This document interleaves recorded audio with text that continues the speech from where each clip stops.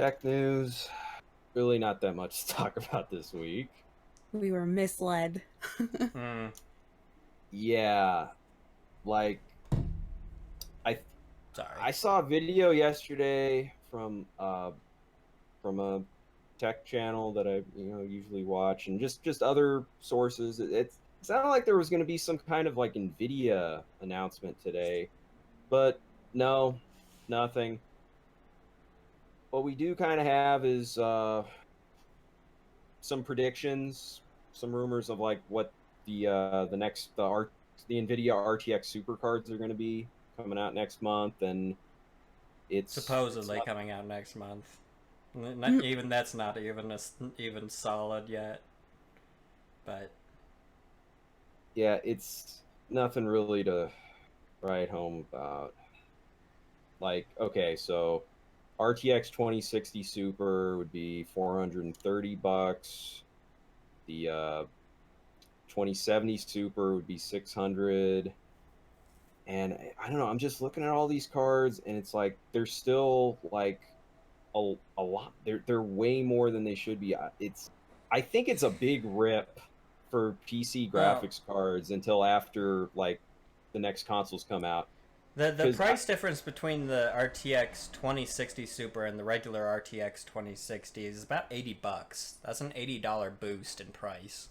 Because the Hmm. original is $349, so it's being boosted up to $429. That's like I actually have and specs also here. there's going to be price drops probably for like the ordinary RTX cards, the non-super. I almost want to, yeah, you have to say like the regular. Do you like your Nintendo Super or regular? Uh, You know, it's geez, you want that supersized? super. And Okay. then yeah, but pretty much they're gonna put something out when AMD is taking out theirs on the 7th. They're gonna put something out Yeah. then, and it's just it's all pretty lame. I mean, just and I'll probably talk about like once the actual benchmarks come out. I'll Well, I want to have talk more specs right about it, now, but actually. These okay. are leaked Yeah. specs, so they might not be 100% accurate, but considering it's probably really close to the release date of these cards, I expect them to be mostly accurate anyway.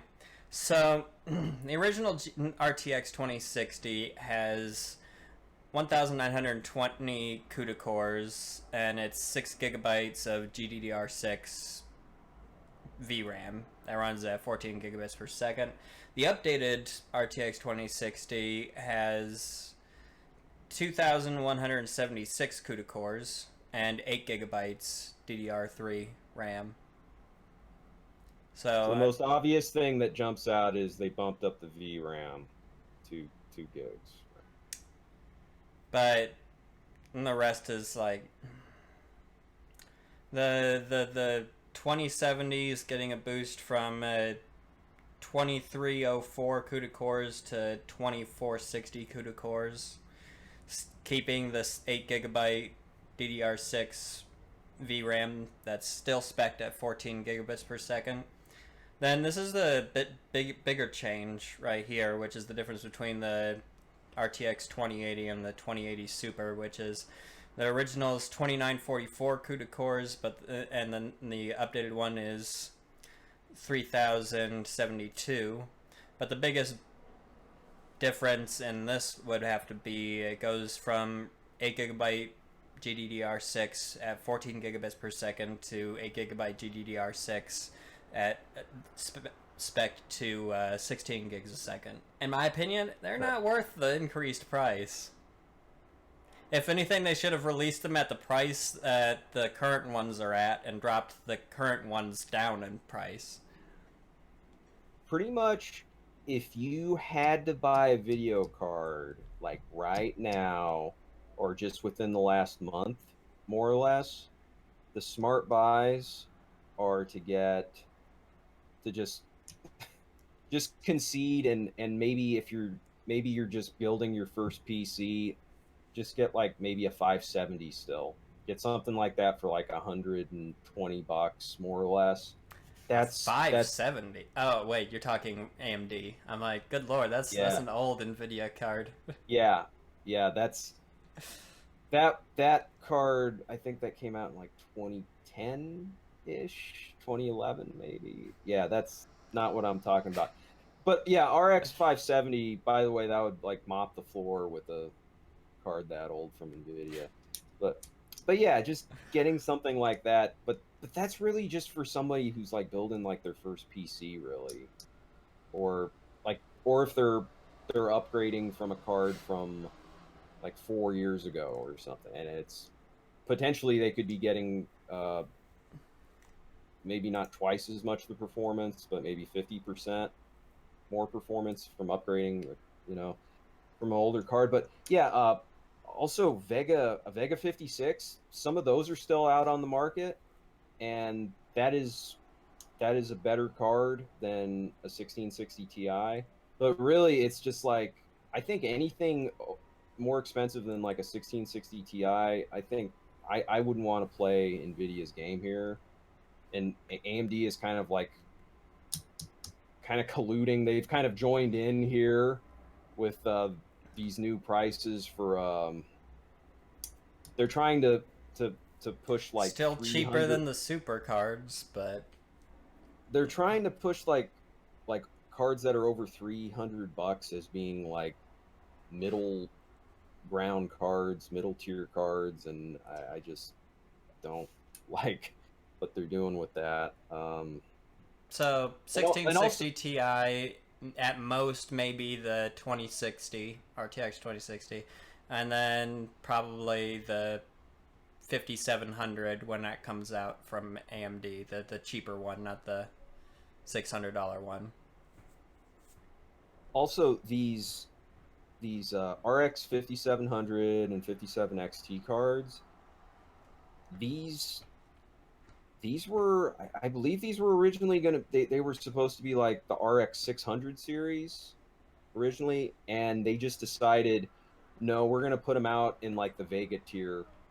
Like they just decided to do that. And the thing is, if they had put them out at the prices that they are, basically by just jumping to a new nomenclature to like 5700, they just decided, oh well, if we do that, we can just charge more for them, because these things are a replacement for the Vega cards, but it's not that good of a replacement. Like if you had a Vega card, you shouldn't be upgrading to one of these. It's going to be a big freaking disappointment if you were to do that. What is that beeping? I don't know. I heard That that too. I was like, That was something out my window. okay. it's gonna explode. So like, yeah, it's like you either go like pretty entry level 5700, not 5700, 5700 are the ones you don't want to get, but yeah, the RX 570, that can still be considered like a good buy, but it's just depending on like You what can your also price. get like a 580 or 590 for more reasonable prices now that the 5700 is going to be going on sale here in July, and the prices are only bound to go down more once that actually releases as well. So And I think the game bundles right now with AMD, I think they come with the Division 2 and World War Z. if they're That still seems running that deal, that was part they of are. their 50th anniversary deals going on. Might be a year long thing, so I posted on our Discord in the deals section that you could get a Vega 56 that comes with those two games, and after the rebate and this $30 discount, I think it was like 280 or 260 for a Vega 56. that's not bad. Yeah, that's pretty good for a new card. The thing is, it's like it's a blower card, so those are kind of like criticized for being loud, and Hmm. usually the temperatures aren't that great either. So that's something to be considered about that. But it's funny. It's funny how the reference cards, they put like the shittiest coolers on them sometimes. Like the first ones that come out, it's like the ones that like nobody wants. All the Founders Editions and stuff. Well, I think Nvidia's improved those. They've been like really hyping up like what the cooling is on It's those. weird though, because the Founders Editions of of cards are cheaper than the standard edition of cards, but they still sell the Founders Editions like well into the year. And it's not like that they're only available for like a couple months or something like that. Like you can buy them like a year or two after the fact, and they're still cheaper than the standard editions, despite the fact I don't know, it's just weird. So that's also something to look out for if you're putting together a new computer or need a graphics card. Look for Founders Editions if you're thinking of going NVIDIA, because they are cheaper usually than a regular one. Wait, that doesn't sound right, dude. I know it's Founders weird. edition, It's really Founders, weird. no, Founders editions. No, there's like an early adopter tax on those. Those are more expensive. I don't, Yeah, what are you but not talking? after it's been out for a while. It's weird. Like some of the Founders Editions are more Okay, so expensive, but others okay, are so cheaper. when they initially come out, you're saying the Founders editions they do have like kind of like a jacked up like extra price to it. But you're saying as time goes on, if you're buying directly from Nvidia, these Founders editions they lower the price. Like if you go on Amazon and stuff like that, and you'll see some of the Founders Editions prices are actually cheaper than the standard edition ones. Interesting. Well, I just wonder if it's because if it's their Founders editions with the like I said like the blower coolers.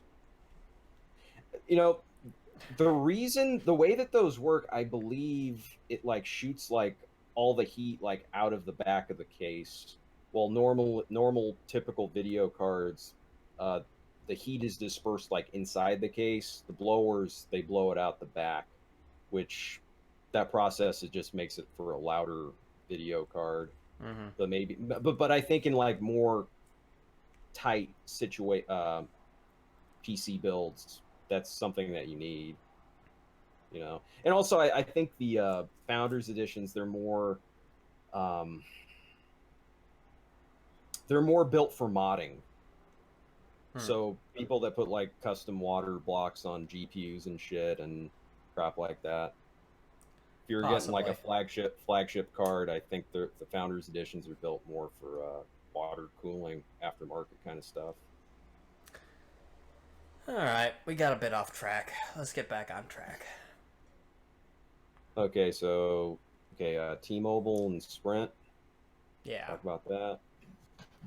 Well, this has just been like an ongoing story, and it's like there's like all these different factors hanging in the balance. You know, T-Mobile is buying Sprint, they're merging, and there's a chance that by the time this is done, Dish Network could be like a U.S. mobile cell phone service in the same vein as like T-Mobile. Yeah, in the same vein as T-Mobile, AT&T, and Verizon. That just sounds really weird, but they are like in line to acquire these assets that T-Mobile and Sprint need to get rid of to for that merger to go through with like the FCC and Yeah, because the different. FCC said they'll only allow the merger to go through if they create another cell phone company, which Like, yeah, they which is merge and weird. somehow they merge and somehow like They have a baby. yeah, some kind of mitosis here, splitting the company. Yeah, Which kind of defeats the purpose of their merger in the first place, but then they found an out Yeah, but they're like, well, technically. because the first company to approach them after this was announced was Amazon, who offered to buy Boost Mobile from them when the merger went through. And now we're hearing that Dish is also looking into buying Boost Mobile from the two of them as well. So we might see a bit of a bidding war happen. I don't know. it's an interesting thing to think that Amazon might be going into cell phone Yeah, it's like an that. interesting thought that either of them would be, but I could more so see Amazon doing it than Dish. Amazon would be easier because they practically have the infrastructure set up for selling the phones and stuff like that. Yeah. I mean, they already sell a bunch of phones. It would just make it easier for people who are buying phones through Amazon and be like, hey, do you want coverage through Amazon Prime or whatever? Oh God, that's gonna be part of our prime now. Do you want cell phone coverage via Amazon Prime? That's funny. God. Hey, it might be a thing. Who knows? It totally could be. So many things could be a thing. Uh, Also, T-Mobile, they've been criticizing Verizon and AT&T for, especially AT&T. They've put out products that it says like 5GE, so like 5G evolution, like that. That is like some branding that AT&T is using to try to trick its customers into thinking that they're on a 5G network when they're not really doing that. yeah, they started doing that like earlier this year, like at the beginning of the year, and it was caught like people were like, "What the fuck's going on? What is this?" And It's it it's fool's was, gold right yeah, now. it's bullshit. Don't believe it. And Doesn't exist.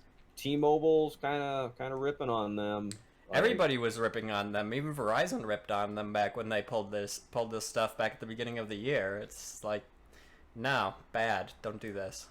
Yeah, well, it's so interesting to think that they would think that they'd get away with it when other people, like your competitors, are like, no, and then they're gonna call you out.